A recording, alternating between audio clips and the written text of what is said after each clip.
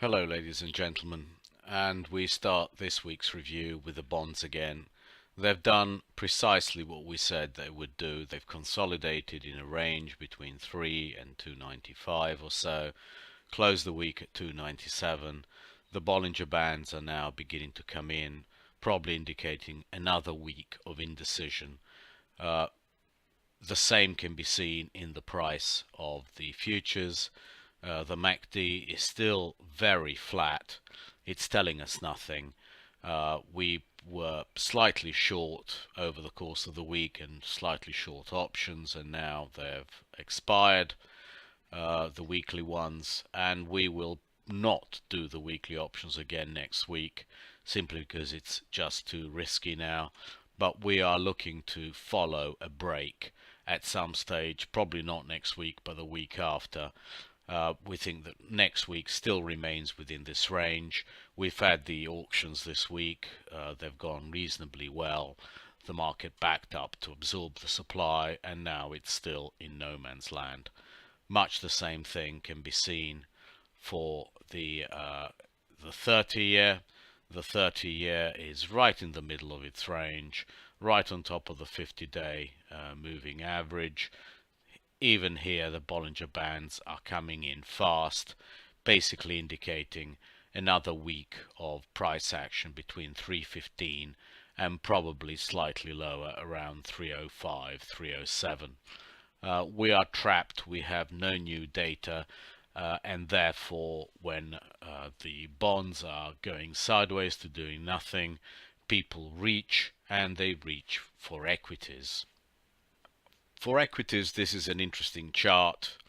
We can even have a look at an enlarged part here. We are right on top of the Bollinger Bands, which are now going out, indicating that we could follow that those Bollinger Bands probably towards 2750, not very far from where we closed. We have now good support around 27 even. This moving average is likely to catch all and any downdrafts in the SPX. Around 2700, maybe 2695 will definitely catch it. And now we are basically trading 2695, 2745, 2750 for the foreseeable future, i.e. into next week. Volatility, as you can see, is dropping, and that is making this ratio overbought. By the time we get towards the 2750 area, this will be nicely overbought and looking for a move down. Our only question now is, do we get acceleration in the S&Ps? We don't think so. We think S&Ps are going to be stuck in a fairly tight range for some time. We have now seen the lows, and probably we will, for the foreseeable future, 2 or 3 weeks, nothing below 2700 will stick, and probably 2750 is going to be the area that we will be aiming for, and basically doing this kind of work between 2700 and 2750. This is an ideal place to sell out of the money puts, and that's what we're doing. Anything around 2675, we are quite happy to sell that strike, simply because we think the market is going to have a very tough time coming straight through it, and we want to be even exercised at 2675 for a move back up towards 2750. Quite happy to see a move down. We doubt whether we will see it. While we're talking about volatility, we need to see what has happened. We are now well below the 1627 and 1950 levels, which are our first trigger and second trigger for worries in the S&Ps. We spent all week below that trigger, and we are making lower lows as we go down and possibly trade for a while around the 1150 area. 1150, we have this gap here which we think we will fill. Let's see if we can actually have a look here. We have a gap between 11.55 and 11.99, so we will most probably go and fill that gap in volatility over the course of the next week, indicating that we have a market which will continue to do very little, like Fridays, stuck in a 10-15 point range each and every day and closing somewhere near in the top half of the range. More of the same down towards 11.50, and then we probably have a sharp move back up to 15 or so, but that is certainly not something that we expect to see next week, probably the week after, before we have another move down.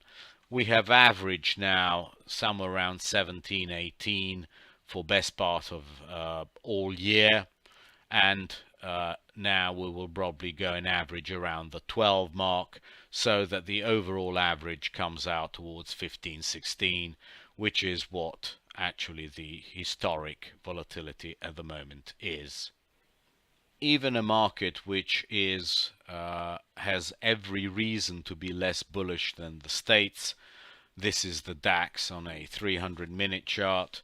You can see how well it's constantly hugging this moving average.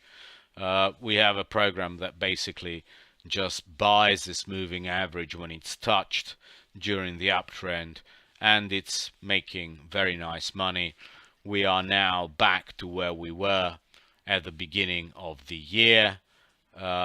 We are positive, just barely, just like in the States. We are positive just barely, just over 1%, between 1 and 2% positive, and the market is more likely to move sideways in a consolidation like this before it makes another move higher.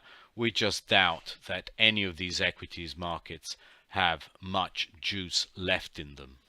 Why do we say that we think there's very little juice on the upside left? Well, have a look at the stochastic indicator. It is very overbought, and this is a chart of NQ, which is our leader. We've had 1, 2, 3, 4, 5, 6, 7 days up. It's not likely to make a sizable move up above the Bollinger Bands with the stochastics as they are. We are more likely to go sideways to up, sideways to up, sideways to up, a quick move down, and then a big move back up.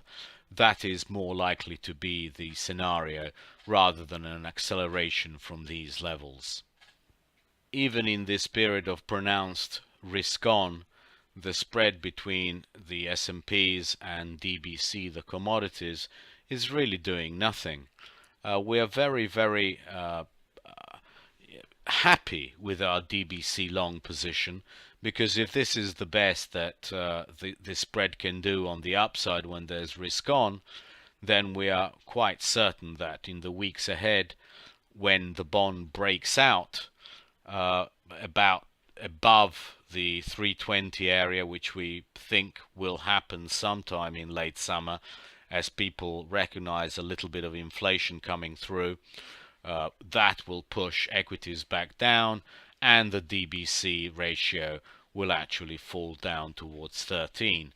That is what we expect, but later on in the summer. But we are still very happy to keep our long DBC position. Nothing here has changed. As far as foreign exchange is concerned, the market did exactly what we thought it would do. It tried to go through the lower Bollinger Band of the weekly on the Euro USD, failed, and closed basically with a doji. This indicates further movement back up towards 122-ish at some stage over the course of the next couple of weeks. Probably not breaking 122, but trading in the 120s and 121s. Very slow going, and that indicates to us that we could possibly get another easily 1% in outperformance in terms of S&Ps against Europe, simply because of the foreign exchange component. That's why we are more likely to see 2750 than we are to see substantially below 2700, as foreign exchange is now a little bit of a tailwind, a very minor one for the time being. And we are quite happy to keep on selling puts in the S&Ps, because we think that there is very, very little likelihood of the market breaking below 2700 and staying there. If we look at our fundamentals, we can now see that the times 16 Blue Angel, which caught the market so well during the correction, is now above, well above 2600, probably 2620, 2630, while the 17 times is just around 2800. And that is what we think is going to happen, a slow zigzag towards 2750, and that is about as far as we can see the market going for the time being. Certainly we don't think it breaks into the 2800s anytime soon, simply because we don't think the bonds are going to allow it, and we don't think that people are going to chase this market too much higher. We see no reason for that either. In terms of emerging markets, if we have a look at the situation, we bounced very nicely this week off the 200-day moving average. We have now retraced the 0.382.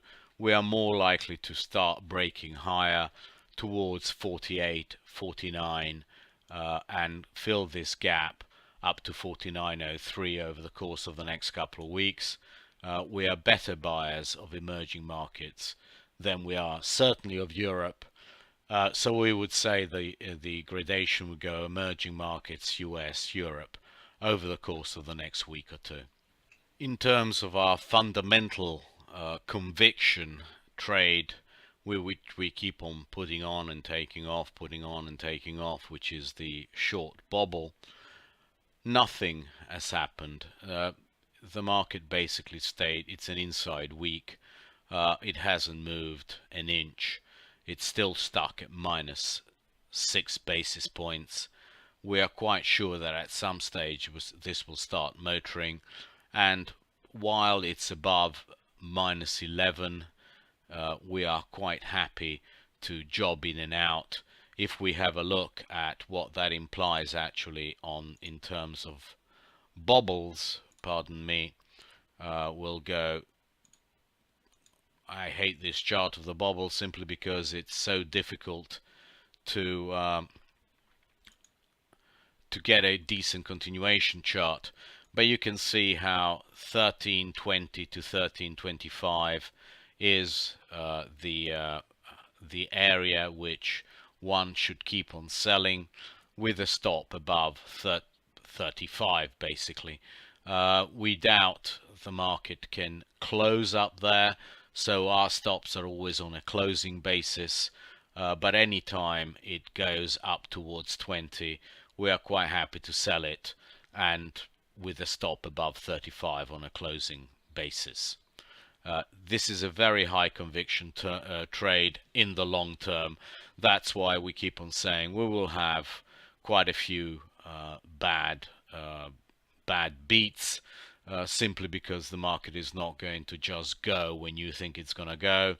It's probably going to take a lot longer than we all think, but we know that eventually the destination is much, much lower, probably somewhere around 120 to 125, in which case there are, well, probably over 1,000 ticks on the downside, so we're quite happy every time that we lose 10 ticks or so, but at least we can reinstate the position at better levels. We are quite sure that bobble at some stage is going to be a massive trade on the downside. This is a chart of Nikkei, and we show it to you because we think this is more or less what the states are going to do.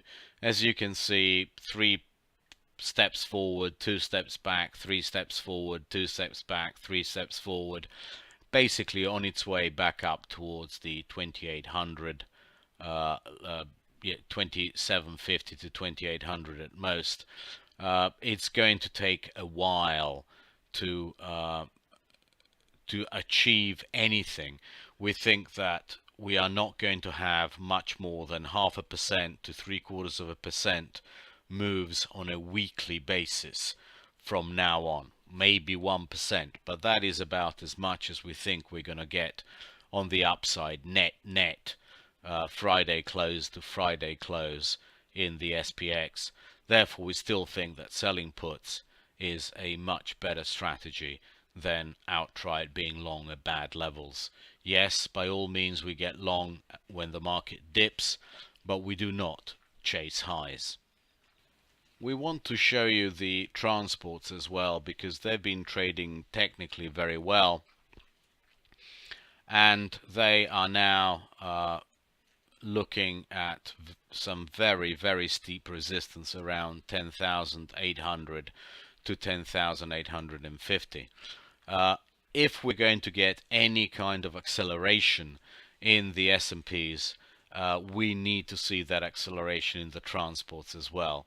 We just don't think that, maybe enlarge it, we just don't think that S&Ps by themselves can take out the 2750, 2760 level without a helping hand from the transports. And we are quite a bit overbought.